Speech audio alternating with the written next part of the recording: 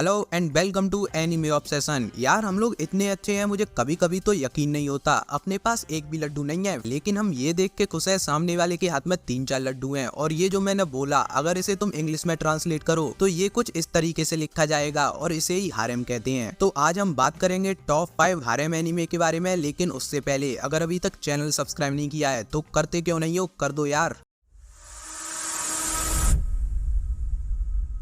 Number 5, the cafe terrace and it's goddesses. Tokyo में रह रहे हयाटो कासुकाबे को जब पता चला उसकी दादी की डेथ हो गई है तो उसे वापस अपने होम टाउन लौटना पड़ा उस कैफे के लिए जो उसकी दादी अपने पीछे छोड़ गई थी। वो उस कैफे की जगह पार्किंग लॉट बनाना चाहता था, लेकिन जब वो वापस लौटा तो उसे पता चला उसकी दादी के साथ 5 लड़कियां भी रह रही हैं। तो अब अगर उसे ये कैफे तोड़ना है तो पहले इन 5 लड़कियों को यहाँ से बाहर निकालना होगा। और ये लड़कियां यहाँ इसलिए रह रही हैं क्योंकि इनके पास रहने को कोई और जगह नहीं है। तो यहाँ से कंक्लूजन क्या निकलता है, हयाटो को इन्हें बाहर निकालना है और ये यहाँ से कहीं जा नहीं सकती। तो अब ये 5 लड़कियां ऐसा क्या कर सकती हैं जिससे ये एक लड़के से अपनी बात मनवा लें, ये तुम भी जानते हो, और अगर नहीं जानते तो ये इमेज देख के समझ जाओ। और हाँ, इसका प्लॉट सुन के लग रहा होगा ये कोई टिपिकल सा इची जॉनरा का एनीमे है जिसमें कोई स्टोरी लाइन नहीं होती, घूम फिर के वही इची सीन्स दिखाते रहेंगे। पर नहीं, ये 5 गॉडेसेस इसमें सिर्फ ये करने के लिए नहीं है, उनका पास्ट भी है, सपने भी हैं और पर्सनल लाइफ भी है। और ये सारी चीजें मिलके इस एनीमे को एक रोमांटिक एंगल प्रोवाइड करती हैं। तो जब 5 गॉडेसेस की बात हो ही रही है तो मेरी फेवरेट अकाने है, तुम्हारी कौन है, कमेंट सेक्शन में बताओ।